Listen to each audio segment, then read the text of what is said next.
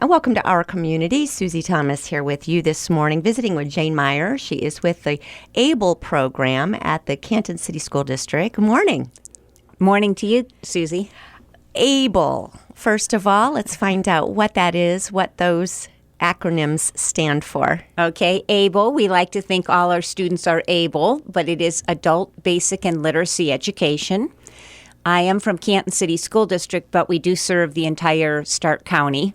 And in case you have listeners outside of Stark County, there are ABLE programs in every county in the state. So we do have a lot of listeners in the Tuscarawas County areas, Wayne County, some other counties surrounding. So what would be the person's first step in finding where their ABLE program is? I think the easiest way to do that would probably be to call your local school district and ask for ABLE or GED. They might know it as that. Mm-hmm. And GED, remind us what that stood for. Yeah, GED is a way that you can earn a high school credential. You take a GED test, and that gives you a high school credential if you pass. So you are working with adults who have not finished high school for one reason or another. Well, sometimes. Some of our adult students have finished high school, and maybe their skills are not at a full high school level, so they're coming back for a brush-up. But the majority of our students have not finished high school. It seems that there was it's almost like a group of adults who went through a certain way of teaching reading back in the day, the Cite and Say. Mm-hmm. And they seemed to be the group that had the most difficulty with reading and so forth. Is that what you have found? Not necessarily. It seems like the biggest problem that adults face is that they have had some kind of interruption in their education. Maybe they had some kind of family obligation, or they went to work early, or maybe they had some kind of an undiagnosed learning disability if they were older. You know, nowadays in school we catch those, but we didn't always catch them when we were growing up in school. And so as far as being able to address the different ways that people learn, do we just move that into the adult arena and address the different ways adults learn as well? Tell me a little bit about how that works. I think it's really nice with adult learners because adult learners, one of the things we teach them to do is learn and know how they learn best. So we talk about, you might want to try this. How did that work for you? Well, that wasn't that successful to me. That didn't really help. Okay, let's try something else. Yes, that really helped for me. Some people find, using a highlighter really helps. Other people, that's not as helpful for me.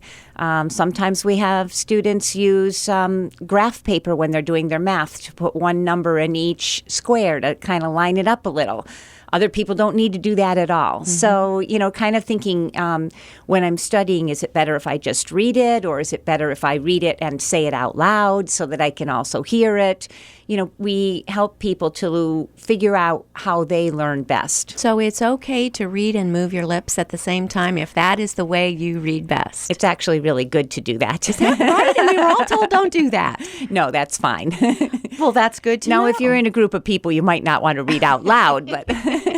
That's so interesting. What about things, dyslexia and different learning challenges? Are you able to address those? Sure. I mean, it's difficult for adults, but oftentimes they have learned some different ways to get around some of those challenges. And they have to learn how to set appropriate goals and also how to, work to their skills. What's different about working with adults as working with children? Well, teaching is just wonderful anytime, but teaching adults is particularly wonderful because these are students who really want to be there. Not only do they want to be there, but they have gone to considerable effort to be there. They've gotten babysitters, they've ridden buses. They really want to learn, and they are most appreciative of any help that they're given. Do you find that there's some kind of a trend in motivation for being there, or is every story different? I think everybody has a little bit of a different story, particularly maybe what age group you're in. Older learners, and we have many older learners, are, they have struggled through life without perhaps having the education that they need, and now they are really ready to do it, and they see the benefit to having that degree. Younger adults are probably learn quicker. They haven't forgotten as much, but they maybe aren't quite as understanding of the problems that they're going to incur without the diploma. You also have students who are speakers of other languages. That's true. And learning English. Yes. I know related to a speech and hearing therapist who that became the primary job was with young people coming in with their families teaching English. How do those classes work together with this? Are these separate classes altogether? No, our English classes for adults are right in the same building, and they're wonderful classes. Everybody is mixed from all different languages in one class, although we have 3 levels of classes, but many different countries represented in each class, and they all speak in English. So it's very interesting. There's a lot of pantomiming going on and drawing on the board. The United Nations. And the students, at first, they're a little nervous, but then once they realize that everyone is learning together, they begin to, giggle and have some fun and as they try out their new English skills. Oh, let's peel this back. Tell me what this looks like, because I would think people come in at all different levels as far as how much English they know.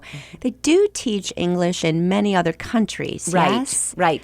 And sometimes people from other countries come here with, they can speak and understand, but not read and write as much. But sometimes from other countries, they'll come in and they're pretty good at reading and writing English, but not as good as at speaking and understanding. So the first thing that we do when somebody comes in is to give them a little bit of an assessment. We actually show them some pictures and ask them questions about the pictures to see how much they can understand and speak. And then if they do pretty well with that, we give them a simple reading test, writing to see, where they are there. And then we put them into either beginner, intermediate, or advanced English classes. When I think of friends getting ready to travel or do some mission trips or something, they're always trying to learn a new language, and they are buying the expensive programs. Yes. Does it work the same way backwards as someone who already speaks another language trying to learn English as well? Do you use those same types of programs with them? We do have 2 online programs. We do have Rosetta Stone, which is free for our students, and we also have Burlington English. But then we also do, the class work where they're in class together and working with a teacher. And they say it takes about 7 years to truly learn a language. I believe it. So, if you have somebody that's going on a vacation or a mission trip, they don't need that much language. If you're moving to a country and you're going to have a job there and be dealing with the healthcare system and needs of your family, and then you really need to know how to speak the language thoroughly. If I'm remembering this right, our very best optimal years to learn a language is when we're learning a language, about, 0 to 3 years old. Right. That's when we're able to really absorb it and learn it. That ability declines a little bit with age, as does other things. And wanting to know how that works with adults. How difficult is that for an adult? And maybe, again, everyone is different. It is more difficult for adults. You'll find families that come in and the parent might be taking lessons and the child will be in school and the child will learn English much more quickly. Of course, the child is probably fully immersed in English, except maybe at the home.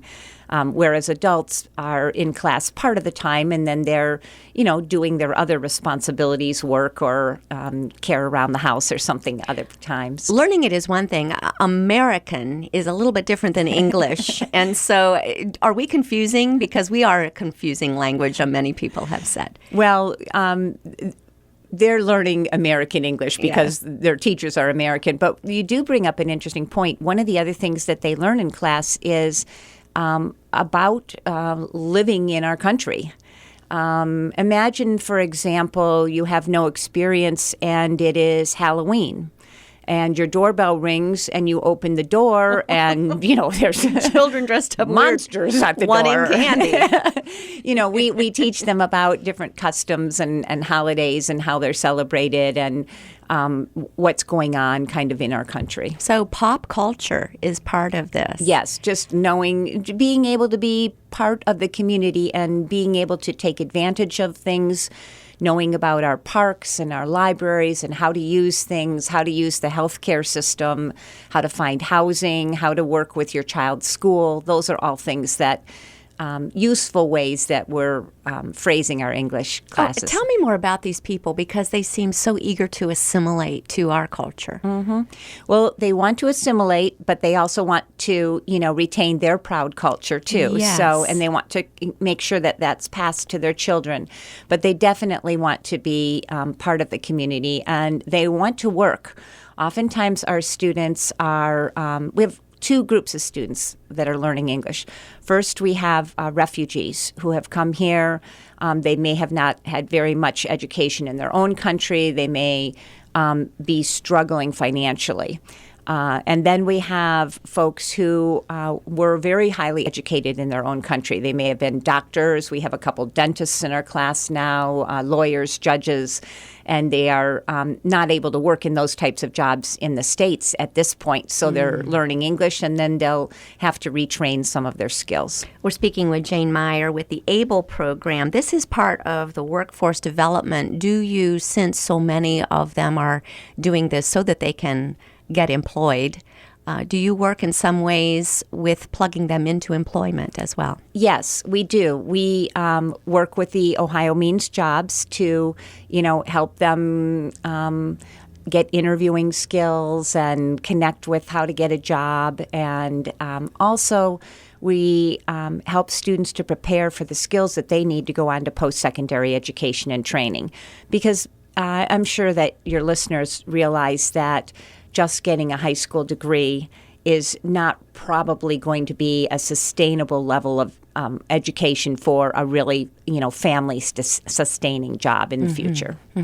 So college is on the mind of many of these people. College or training. It could be a welding program. It could be short-term, but it could be a 2-year program. It could be just a 6-month course, or it could be a college, 4-year college, yes.